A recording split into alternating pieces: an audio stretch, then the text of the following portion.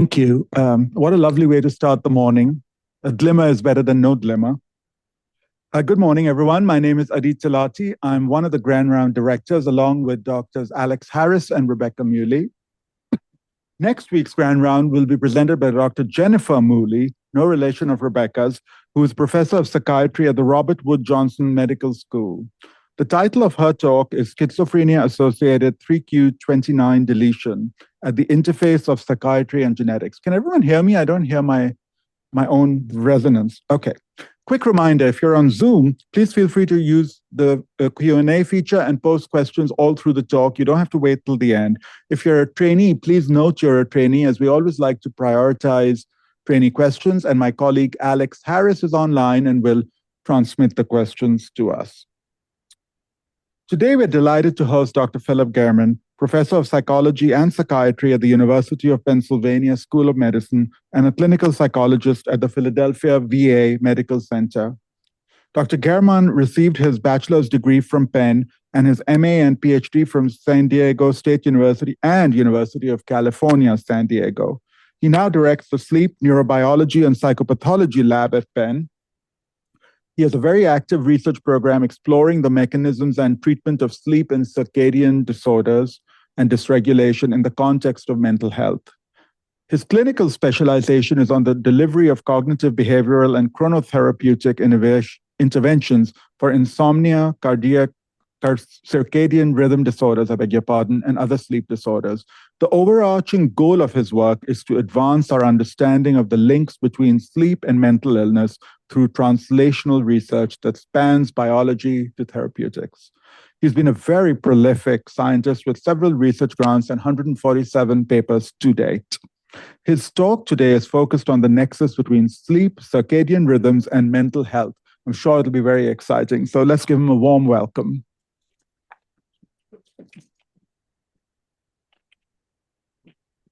Great. Thanks so much for the invitation. It's a real pleasure to be here. Let me get all set up. Let me make sure I'm keep an eye on the time. There's the time. Keep an eye on that. I could talk about this stuff all day. These are my disclosures, which are not directly related to the content of the talk. So my objectives are to give you an overview of some of the ways in which sleep and circadian disturbances are common in mental disorders.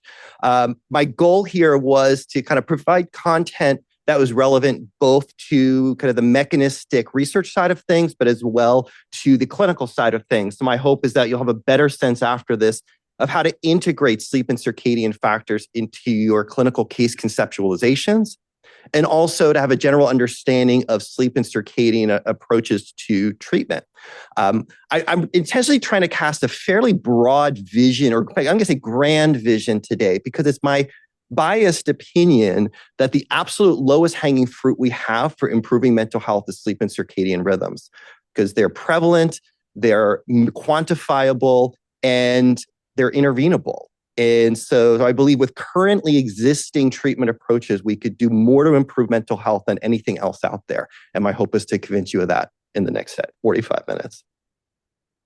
And so I'm going to be presenting, I've tried to think it's such a broad base of information. Some of this will be my work. A lot of it will just be kind of what's going on in the field. And it's based again on this idea that sleep and psychiatry are like two peas in a pod, that they really belong together. And so I'm going to try to present things from, you'll see, a dimensional approach. And I probably don't need to convince you, although this has changed. People, when I first got into the field and I was studying sleep and mental health, people said, so like you're interpreting people's dreams? I said, no, that's not what I'm doing. Words out now, people I think are starting to take sleep more seriously. This is a list of all the DSM-4 diagnoses that list some aspect of sleep disturbance in their diagnostic criteria. I don't have an updated one for DSM-5. I tried to put the DSM-5 into ChatGPT and have it make a list for me, and the file was too big. But if someone wants to make a list, there's an easy publication for you, I think. But if you start looking at the associated features, there really is not a diagnosis that does not have some aspect of sleep disturbance as an associated feature. And so it wasn't surprising when NIMH came out with the research domain criteria, it wasn't surprising to me, when the RDoC initiative came out, that one of the domains was in the arousal and regulatory system domain that includes the subdomains of arousal, biological rhythms. I'll be focusing specifically on the circadian component of biological rhythms, and sleep-wake regulatory systems. So I thought I'd start first with just some basic information about sleep and circadian rhythms. So what is sleep? I teach a summer online course, undergraduate course on sleep and sleep disorders. And my first discussion prompt to them is not why do we sleep, but why are we awake? Because people think about, well, wakefulness is when the important stuff happens, and sleep's just kind of a waste of time. And sleep is indeed a time of reduced activity. Typical posture, such as lying down, eyes closed, decreased responsiveness to external stimuli. But there's a tremendous amount that is going on during sleep that's really vital for both physical and mental health. Sleep also can be defined based on its EEG characteristics. So for decades, we've been putting electrodes on people's heads, measuring their EEG patterns, and define sleep stages based on the unique EEG characteristics that we then cycle through over the course of the night. And what's been so exciting to us in the sleep field is just the explosion of sleep devices in the last 10 to 15 years. It's actually really difficult to keep this part of the slide up to date because this is constantly changing. But even some of these devices, let me see, I don't know if I have a pointer. No, okay. Well, some of these devices on the right, the top one actually uses sonar. I do have a pointer. Oh, can I use them out? There it goes. Okay. So this device actually uses sonar it sits next to the bed and uses sonar to try to measure patterns of movement and respiration to estimate sleep. Typical wrist-worn devices. This is a mattress sensor. Again, half of these are on the market at this point and new ones are coming on. But it really, brings up the point is that sleep is objectively quantifiable. As a psychologist, I spent years in school, long time in school, studying constructs that we cannot objectively quantify. One of the things that really I've always loved about sleep is the fact that we can objectively quantify it. And it's not on this slide, but we can manipulate it as well, as you will see. Now, sleep and wakefulness are largely generated by two neural processes. The first is a homeostatic process, what we call process S or process C. And the idea is that with prolonged wakefulness over the course of the day, a sleep drive, a sleep debt, sleep pressure, different terms are used, builds up. And the stronger that sleep drive, the sleepier we tend to feel. And then when we sleep at night, that sleep drive dissipates. And if we get a full night of sleep, we wake up the next morning feeling fully rested. If we have prolonged wakefulness, such as in sleep deprivation, that sleep drive just continues to accumulate. And so ideally, when we go to bed at night, we've built up good, strong sleep drive that will enable us to fall asleep quickly and get good quality sleep. The second process is the circadian process. And I mentioned within the RDoC, there's the biological rhythms, because there are many rhythms that our bodies experience that are not circadian rhythms, monthly rhythms, seasonal rhythms, circadian rhythms from the Latin circa and dies, meaning about a day. So these are rhythms that are approximately a day long. I'm emphasizing that word approximately intentionally because I will come back to that in a little bit. And so these, our circadian rhythms cycle over the course of the day. We can describe different characteristics of those rhythms, including the phase or timing of those rhythms. And another aspect I'll come back to is the period length, meaning how long does it take to complete one cycle of that rhythm? And of course, one of the real adaptive advantages of circadian rhythms is it allows our body to anticipate regularly occurring environmental cues, such as the light-dark cycle. And the light-dark cycle and other factors serve as these cues to keep us entrained in the local 24-hour day. And this is why, when we travel across time zones, initially we have jet lag because our circadian rhythms, our endogenous rhythms, are not synchronized with the external environment. But through exposure to light and dark and other cues, what are known as Zeitgebers or time givers, help to resynchronize our circadian rhythms to the local time. Okay. And circadian rhythms are indeed everywhere. And so we used to think that there was a circadian rhythm to sleep. It's now understood that we actually have a circadian rhythm of alertness. So alertness signal is stronger during the day to help us stay awake, and it drops at night and to enable us to sleep. We have, our core body temperature follows a circadian rhythm. Approximately 60% of our genome is transcribed in a circadian fashion. One of my favorite examples is your height. You may not have realized this. You are not actually the same height all day long. You are slightly taller when you wake up in the morning, and you shrink over the course of the day. And it's because the force of gravity as you sit and stand all day slightly compresses your bones. And then when you lay flat at night, your bones stretch out again. Now, it's a microscopic difference. You're not going to go home at the end of the day and someone's going to say, you look shorter than when you left for work this morning. You can say it's just from the burden of, my work all day. No, it's just from the force of gravity. But you will get taller again as you sleep. And we now understand that while circadian rhythms are regulated, coordinated by the suprachiasmatic nucleus of the hypothalamus, that actually every cell of our body has its own circadian clock. And so one of the real successes of genomics has been in disentangling the transcription translation feedback loop that's happening within each one of our cells, where we have a series of what are called the circadian or clock genes that cycle within approximately 24-hour manner. And in fact, the discovery of some of these genes won the Nobel Prize a few years ago. So most of the time, if sleep is going reasonably well, these two processes, our circadian rhythms, our process C, and our process S, that homeostatic sleep drive, are working in synchrony with each other, hopefully enabling people to get a good night of sleep and to be maximally alert and awake during the day. However, there are many ways in which this system can get disrupted. And so what I'm going to do now is, like I said, I decided to take somewhat of a dimensional approach. So what I'm going to do is go through a series of sleep and circadian dimensions that are commonly disturbed in psychiatric disorders. And I figured I'd start with the easiest one, which is that of insomnia. And if we look at the DSM-5 criteria for insomnia disorder, you have a dissatisfaction with sleep quantity or quality. They added in DSM-5 compared to DSM-4 the despite adequate opportunity for sleep, meaning this is not, you're just not spending enough time in bed. This is, you have enough opportunity, you just don't have the ability to sleep.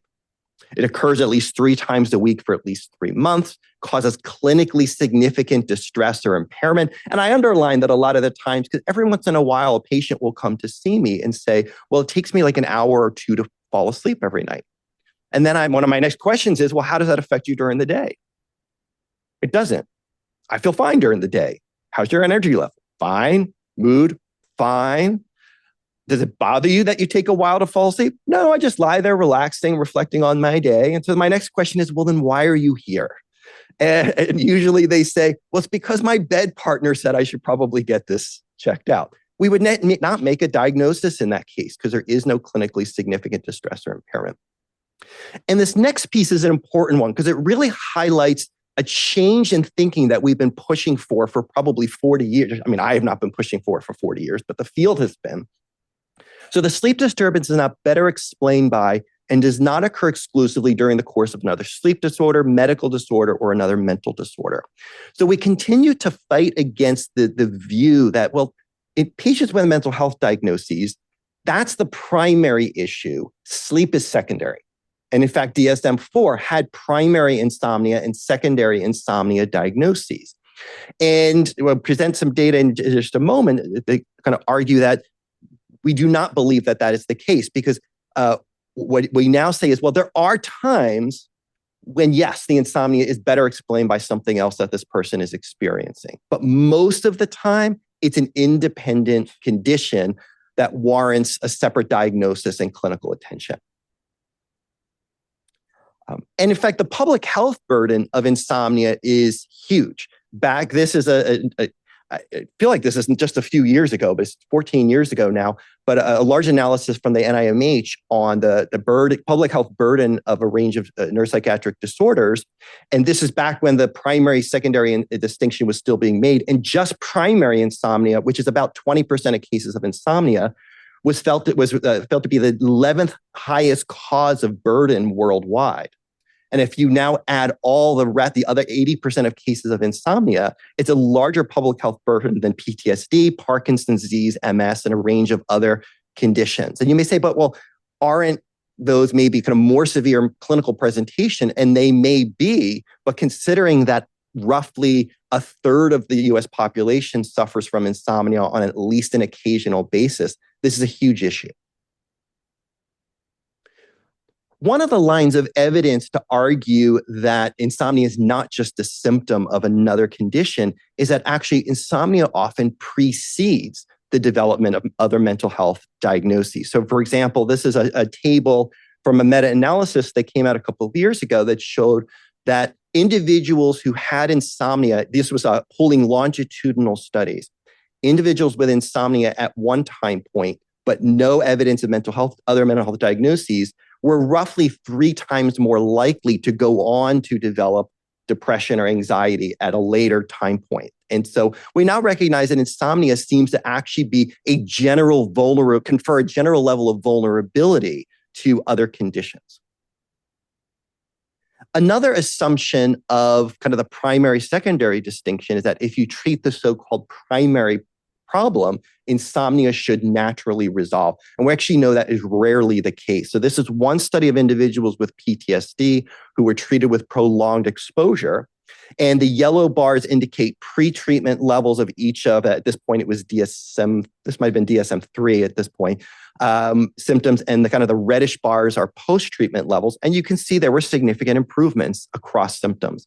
But one of the most treatment-resistant symptoms was, in fact, the insomnia. The nightmares fared a little bit better. I'll talk about the nightmares a little bit later. One of my favorite quotes is from my colleague at Penn, Edna Foa, who can very confidently cure 100% cases of PTSD with prolonged exposure. But she said, I can't get them to sleep better. And I said, if Edna says that, then there must be something to it. Okay. Fortunately, as far as insomnia is concerned, there's a range of treatment options. I'm not going to review all the medications, but there's a lot to choose from. Some on-label use, some off-label use.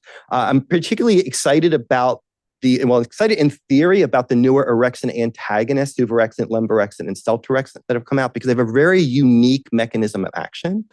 The downside is that they're expensive and there's other drugs that are cheap. And so it's been very difficult to get them approved for use, but they're very interesting from a mechanistic perspective. As a psychologist, I'm a non-prescriber. So my primary clinical specialty is cognitive behavioral therapy for insomnia, or CBTI, which really is not a single treatment. CBTI really is a package. It's a package of different treatment components that actually originally were all tested separately. And then at some point, kind of the early 80s, mid 80s were packaged together as CBTI. That consists of things such as stimulus control, where the goal is to establish a classically conditioned association between the bed and sleep. The awful sounding sleep restriction therapy, where what we're doing is intentionally building up homeostatic sleep drive to basically using mild sleep deprivation to improve the quality of sleep. Various relaxation therapies to counter the frequent hyperarousal that people with insomnia experience.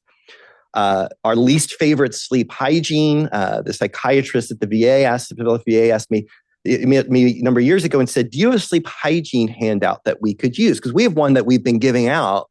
And we figured you probably have a better one.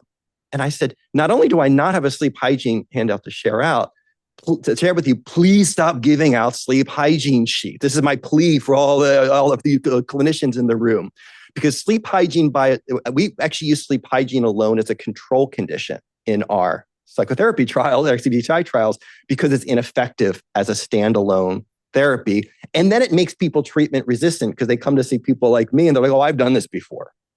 No, all they really did was look at a list of sleep hygiene tips. And then because people with insomnia often report very strong, kind of distorted intensity beliefs about their sleep, we use a variety of cognitive strategies as well. And the nice thing is CBTI really works. It's a very effective form of therapy, typically delivered in 6 to 8 sessions, so fairly brief as far as psychotherapies are concerned. I really like to use this study. It's an older study, but it's one of the few that had both CBTI and pharmacotherapy arms. This was with temazepam. And they had 2 years of follow-up post-treatment. And so individuals randomized to CBTI, this is insomnia severity on the y-axis, experienced significant reductions in insomnia severity that were maintained at the 2-year follow-up. The placebo group at the top in kind of the pink circles had some placebo effect that kind of was somewhat maintained over time. The blue squares are the pharmacotherapy group with temazepam, and they had pretty modest improvements. And in fact, at the 24-month follow-up, were no better than individuals who received nothing. And the combo group was kind of somewhere in the middle. And so the studies we have so far generally show that CBTI long-term dramatically outperforms pharmacotherapy. And those gains are maintained, like it's 2 years out with 6 to 8 sessions. I mean, I would say it's a very addictive form of therapy to specialize in because you can see rapid gains, and not in everybody, but in a lot of people in a relatively quick period of time. If you look at, there's been a number of trials of CBTI in individuals with comorbid diagnoses. I just pulled one as an example. This is one of individuals with comorbid PTSD.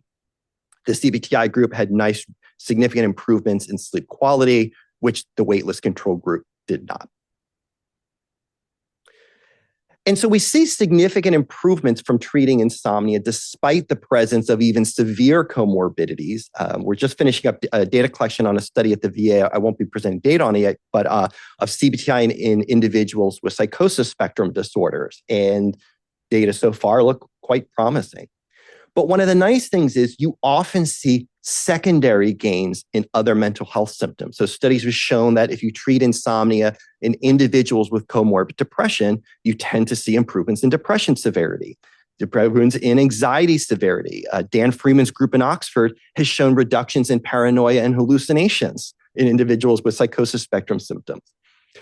But the findings are mixed. Other studies have failed to find these secondary gains in other mental health symptoms. And it's really an open question right now of why we're seeing it in some trials, but not others. So let's move on to the second dimension, which is that of circadian phase. So phase was the term I used to talk about the relative timing of circadian rhythms, because while we all have circadian rhythms, the timing varies from person to person. Some people have more delayed rhythms. And another term for this is your chronotype or your circadian tendency. And we call those people night owls. Well, I'll start with the larks. So some people have earlier or advanced rhythms. This graph shows rhythms of melatonin expression. So some people have earlier rhythms. So their melatonin onset begins earlier in the night, and then it ends earlier in the morning. And these people tend to have a tendency to want to feel sleepy earlier at night and wake up early in the morning, and we call them larks. Then there's the folks with delayed rhythms. Their melatonin does not begin getting produced until later at night, and its offset is later in the morning. So it's hard for them to fall asleep until late at night, and it's difficult for them to wake up early in the morning, and we call these folks night owls.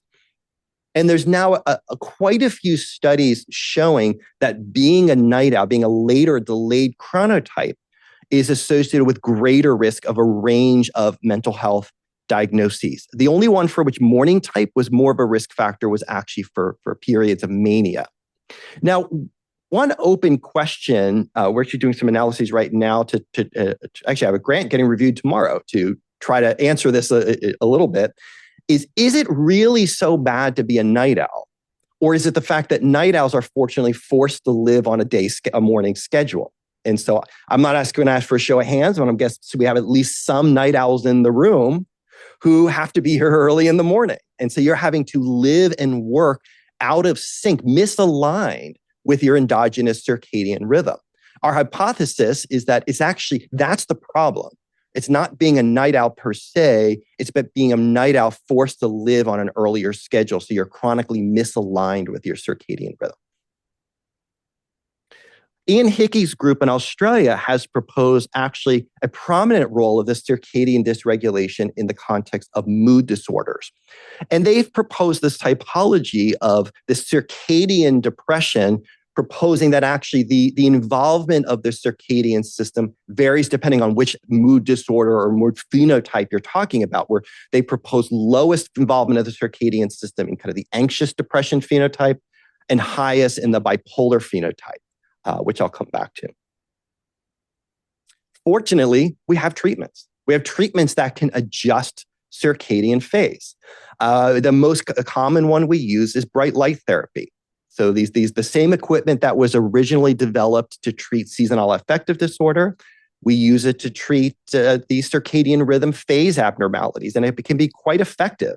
And the timing is critical, but the general rule of thumb is if we want to advance or shift rhythms earlier, we use morning bright light. We want to delay or shift them later, we use evening bright light. And typically 30 to 60 minutes. What's been nice is the development of technologies such as this eyewear. This is what's called the retimer device that allows, because the problem with light boxes is you have to be stationary. But now there's this equipment coming out that's more portable, which makes it a lot easier for patients to use. Now, the part of the visual spectrum that is most potent at phase shifting effects, you may be aware of this, is that blue-green portion of the visible spectrum. So more and more studies are showing that you can use lower intensity light, but that peaks in the blue-green portion of the spectrum to maximize the effects. And that's a very interesting kind of neurobiology of that, because the cells, what are called the intrinsically photosensitive retinal ganglion cells in the eye that respond to blue light with a pigment called melanopsin are different from the rods and cones that are responsible for vision. How about melatonin? Melatonin is a very robust circadian rhythm. We produce melatonin at night in dim or dark lighting conditions, and it's sold over the counter, at least in the US. It is prescription in a lot of European countries. And it's used by millions of people every year as a sleep aid, usually sold as 3 or 5 milligrams. But because it's in that category of supplements, vitamins, kind of the wild west of things that you can take, and it's not regulated by the FDA, studies have shown that what's in the pills may not match what's on the box. And sometimes the dose of melatonin can actually be as much as 50 times higher than is on the label. And sometimes they contain other things such as diphenhydramine and antihistamine. There are prescription forms in terms of Ramelteon and Tasimelteon, although to my knowledge, no head-to-head studies have been done to compare them to just over-the-counter melatonin. And the open question that I get a lot is, does melatonin work? And it depends on what you're using it for. Are you using it as a hypnotic, meaning to help with insomnia, to help people fall asleep faster and sleep more through the night? Well, there have been dozens of rigorous randomized trials that have been done that have concluded that melatonin is no better than placebo for insomnia. Now, some of you are saying that's not true. I take melatonin every night and it helps me. And you know what? Placebo effects are a wonderful thing. But there's no evidence that it actually has hypnotic properties, because your brain actually starts producing melatonin roughly 1 to 2 hours before you start feeling sleepy at night. So melatonin does not make you feel sleepy. What it does is regulate your circadian rhythms. Some people call melatonin a darkness cue to signal to your brain that it's getting dark at night. And so melatonin is very effective as a treatment for circadian rhythm problems, or what we call using it as a chronobiotic. And so, but the timing is opposite of bright light therapy. So you can use melatonin at night to advance rhythms, melatonin in the morning to delay rhythms. Although if you give melatonin during the day, then it can actually make people feel sleepy. It doesn't do that at night, but it does during the day. So we don't usually use morning administration of melatonin.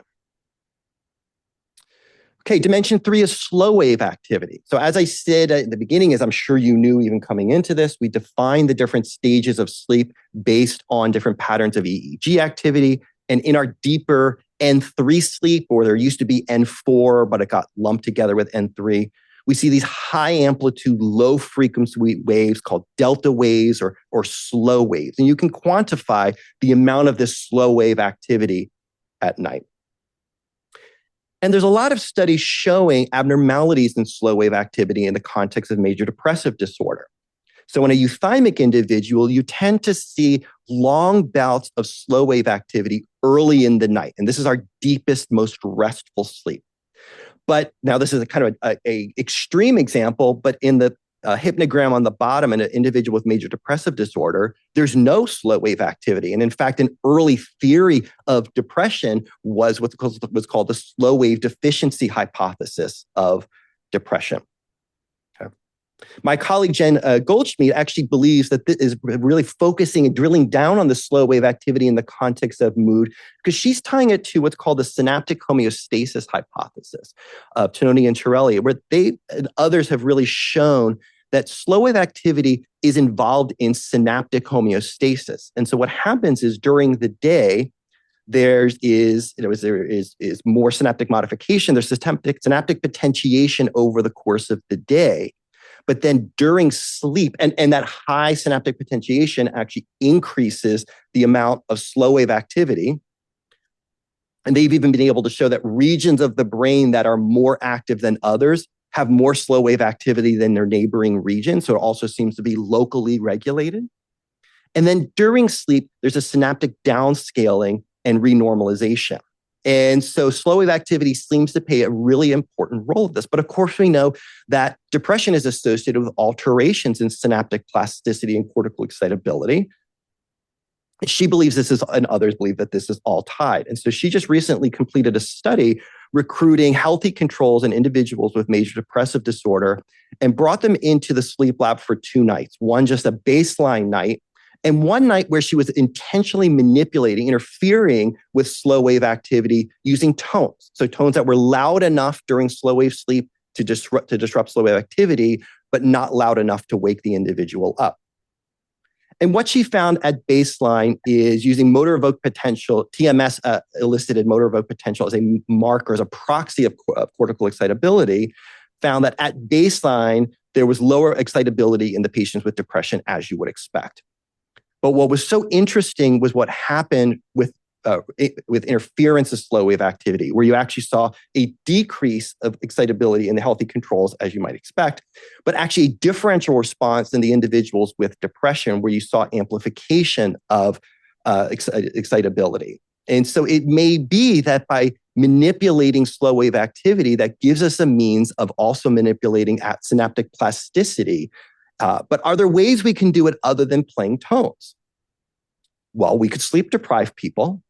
A little known fact, or I don't know how little known, is that about 50% of individuals with depression experience remission of symptoms after 1 night of total sleep deprivation. It's the only situation I know of in which sleep deprivation has beneficial effects. We published a meta-analysis of this that I would say my claim to fame is our meta-analysis of this was referenced in a joke by Jimmy Fallon in the Late Show. So forget high impact journals. Like I made late night TV. And so I think I can retire now. So this is a kind of famous meta-analysis, or not meta-analysis, famous review paper by Wu and Bunny showing non-responders. So these were mood ratings every 2 hours. Non-responders throughout the sleep deprivation, no change in their mood. But you can see a dramatic reduction in mood, in severity of mood disturbance just overnight from sleep deprivation. Now, you may say, well, why aren't we using this clinically? That's actually prior to the more recent research on ketamine, for decades was the fastest known antidepressant treatment. But the problem is when people go back to sleep, their depression usually returns. So while it has a rapid mechanism of action, it's not sustained.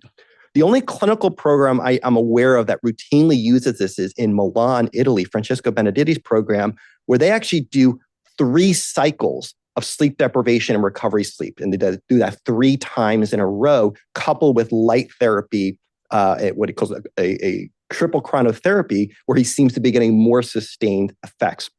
It's a little challenging to get health insurance companies to want to pay for that here, though. And so we're interested in how sleep deprivation, this wake therapy, that sounds better than therapeutic sleep deprivation, may actually be working. And again, one of the theories is that it's altering synaptic plasticity mechanisms. The next dimension is one of REM sleep, rapid eye movement sleep. There's long been a history of interest in REM sleep in the context of psychiatric disorders. And in fact, it was once thought that REM sleep itself was depressogenic and that antidepressant medications worked because they were potent REM sleep suppressants, at least the MAOIs and the tricyclics.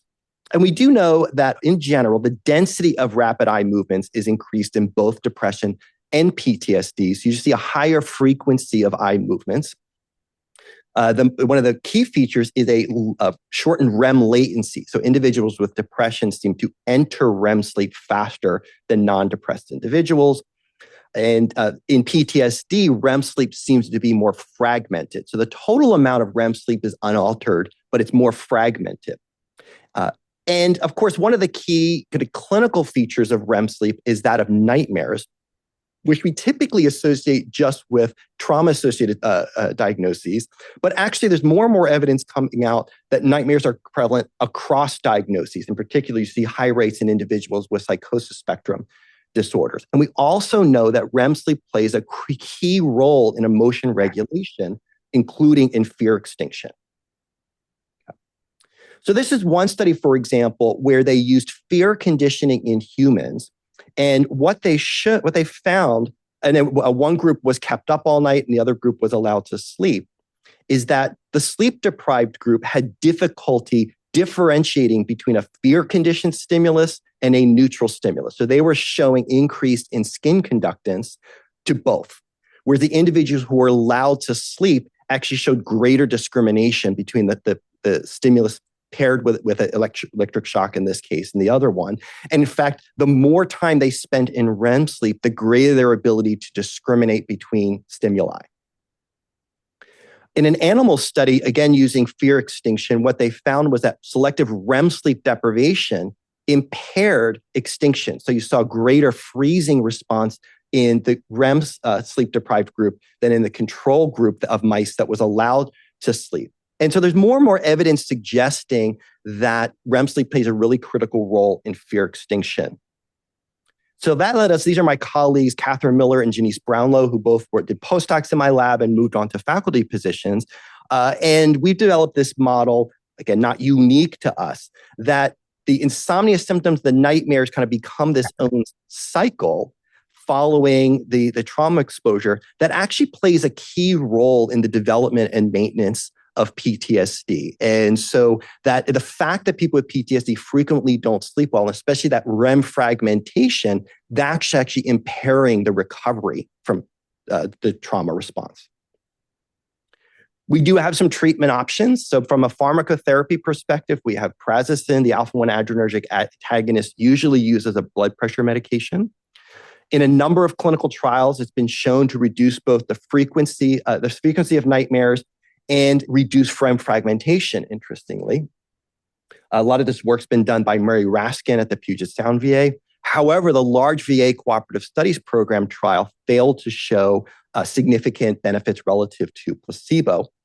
However, Murray did some exploratory post-hoc analyses showing that high treatment blood pressure, which he saw as a marker of adrenergic arousal, actually predicted treatment response. And so it's a long story I won't go into, but he thinks they actually enrolled a lot of the wrong people into the trial, and the people who are more hyper aroused at baseline are actually the ones most likely to benefit from this treatment response. From a psychotherapy perspective, we have what's called imagery rehearsal therapy, or now being repackaged as cognitive behavioral therapy for nightmares, or CBTN. Also called dream rescripting. So what we have people do is identify a recurring nightmare that they're having. It can be trauma related, but does not need to be. They write out a detailed description of that nightmare, what we call the nightmare script. So there's a bit of exposure element to it. We brainstorm with them ways to change the dream story to make it less intense, less distressing, more controllable. They write out a new version and mentally rehearse it in their mind each night before bed. It's similar to the prazosin that the there's a lot of studies showing that this is quite effective in reducing the intensity and frequency of nightmares. We've done the largest 2 trials in veterans with PTSD, and the results were more modest. So I think that the literature is still mixed. And a big question is, what does this do to REM sleep? And that has not been investigated. Well, there's potentially a novel approach we can take. This is Olivia Larson, a doctoral student in my group, who's just completed data collection on her dissertation using what's called targeted memory reactivation, where the idea with this is when awake, what she did was actually she had people think about kind of a negative experience from their lives and then come up with a script and read through that script while a tone was being played. And then during sleep, played those tones as a means of reactivating the memory. And the idea is, if you can reactivate it, in particular, maybe during REM sleep, can you actually facilitate the kind of mental processing of these negative emotional experiences? There's a couple interesting studies done using olfactory cues to pair with, because olfaction is the sense most processed, at least filtered during sleep. This is very new, but it may be that we may be able to actually explicitly target specific memories of individuals during sleep. Next dimension is back to circadian period length. So this is how long does it take to complete one cycle of the rhythm? And our period length is actually not 24 hours long, which may seem odd since we live in a 24-hour day. It's on average 24.3 hours, which means we have to, on average, make about an 18-minute adjustment each day to stay and synchronize with the 24-hour environment. And we can do that through exposure to light cues, through other Zeitgebers. But there's variation in this period length. And people who deviate further from 24 hours have a harder time staying on a 24-hour rhythm. Now, there's long been an interest in the relationship between circadian rhythms, in particular period length, with bipolar disorders, with over 50 studies now showing association between variation in those clock genes I mentioned earlier and the risk for both unipolar and bipolar depression. One of the main mouse models currently in use for mania is a mutation of the clock gene, one of these genes. And there's a small but growing body of evidence that actually the problem may also be an enhanced sensitivity to light in the context of bipolar disorder. So I'm doing some work now along with Mike McCarthy from the University of California, San Diego, where he does this really fascinating work where he can take skin biopsies and identify or isolate fibroblasts, and then use a luciferase reporter gene tagged to usually the PER2 gene, one of the genes, and study the circadian rhythms of individual cells of the individual in the Petri dish.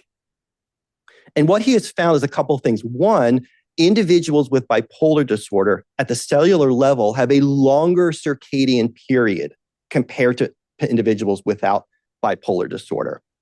And it actually even differentiates lithium responders from non-responders. Lithium non-responders seem to have a longer circadian period length than responders. And in fact, in lithium responders, if you add lithium to the Petri dish with these fibroblasts, it shortens their circadian period.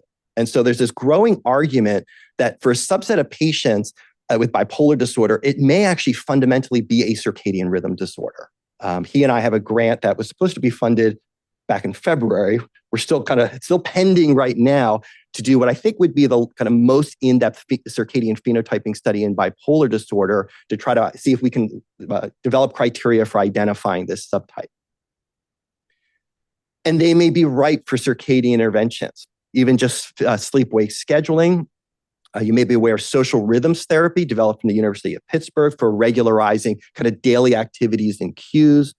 I've already mentioned bright light therapy. A dark therapy, meaning not only do you want to maximize light at the right time of day, you want to minimize light at the wrong time of day. And there's actually a small number of studies that if you basically turn off the lights earlier in the night while people are in acute manic episodes, it reduces the duration of mania.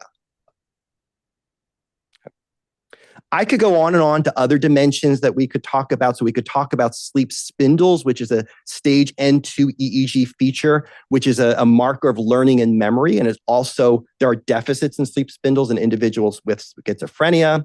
Hypersomnia we're doing our first hypersomnia study, but it's very unexplored. The phenomenon of increased high frequency beta EEG is a marker of hyperarousal in insomnia. I purposely not touched sleep apnea. And even maybe we need to be thinking about what's happening during the day. This is a postdoc in my lab, Sami Dalawal, who studies sleep in maternal and perinatal depression and has some interesting data that actually what happens during naps may actually be most beneficial for mood disturbance.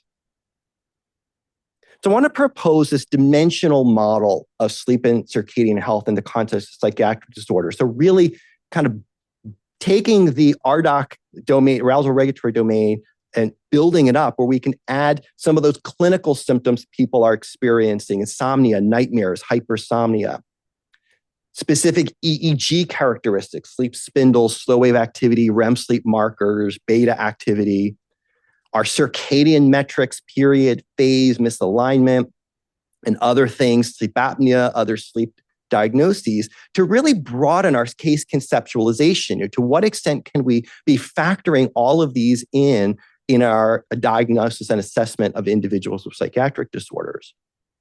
We could be integrating a wide array of assessment measures, whether it's basic questionnaires or sleep diaries, some of the many wearable devices we now have available, EEG or full polysomnography. One of the things that's been really interesting is the recent growth of ambulatory EEG methods. And so we're now doing some work with a device. It's roughly the size of a Band-Aid. And people just stick it on their forehead before bed, and you can get overnight EEG from them.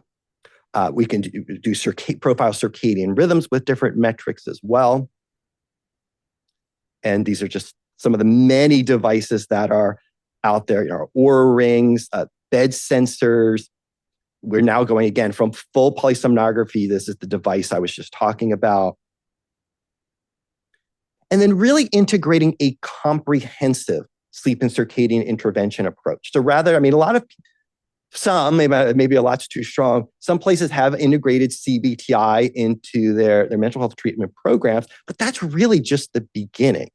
From a psychotherapy perspective, we could be doing CBTI, image rehearsal therapy, social rhythms therapy.